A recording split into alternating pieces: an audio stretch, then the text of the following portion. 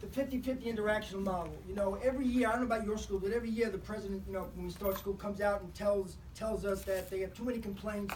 You know, when I was in school years ago, if you complain, you may complain to the teacher, maybe to the chair, nothing further. Now they go right to the president.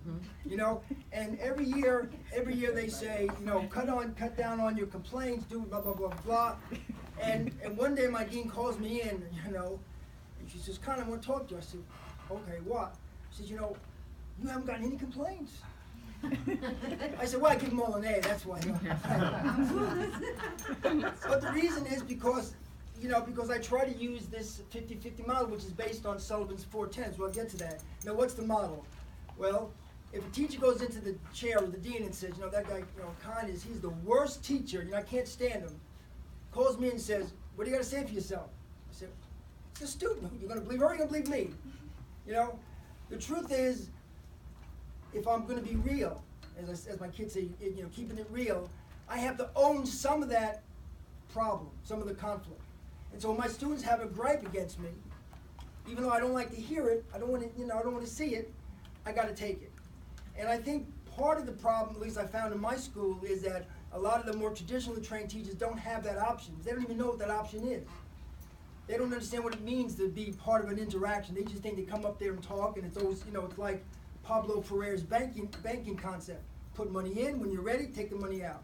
They don't understand the interactional process. So, in my book, Yalom doesn't give Sullivan enough credit, but what does Sullivan say? And this is new, this is pretty revolutionary. We came out in the 1940s. Personality is almost entirely a product of person's interaction with others.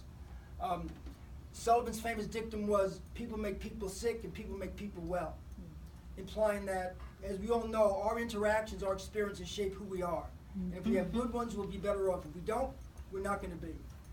Number 2, as human beings, our need to be closely related to others is basic. We all want to be connected. Even if the person doesn't love us, the child will still tend to cling to the parent, even if the parent doesn't want him.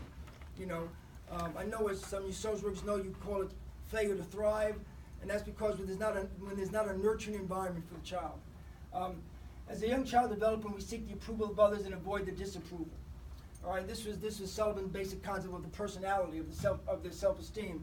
Eventually, the concept of the self is developed based on perceived approval or disapproval by others. This is the starting point for Yalom's work on group dynamics and the importance of group and power of group dynamics. Okay. All right. Uh-oh. Okay, Yalom took this paradigm and developed the basic structure of today's interaction group format. Yalom especially saw the role of the group leader as critical. All right. And so what does the group leader do? Not unlike the teacher.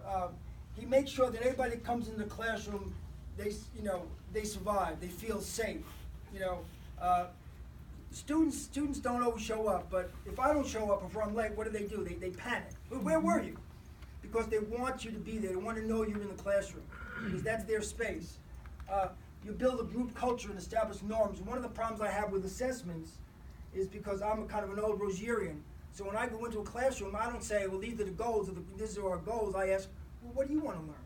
Well, what do you want to learn? And that doesn't go with the new day of assessment, where you have to kind of put everything in the assessment loop, you know? And it's really difficult. Teach a model for the group members that the here and now work in the group setting. You want to focus in the here and now. Just like if we started talking, all of us, it wouldn't be long before our past would seep into the conversation.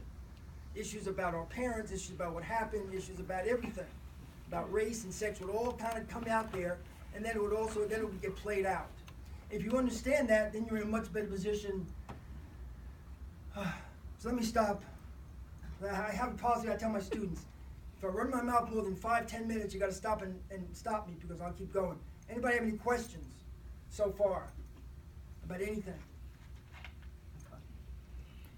I'm thinking we can play one of the YouTube video in the microphone there. That's working, right? So we can hear it. We won't be able Okay, that's fine. I mean, all right. So, I don't know which exactly one. There Okay. is a 5-minute one. The Art of Psychotherapy, was that the one? It's called The Gift of Therapy. That was his last book, and it's really good. It's like basically little tips that he's collected over years of working with clients. And each chapter is no more than maybe 2 or 3 pages. No, the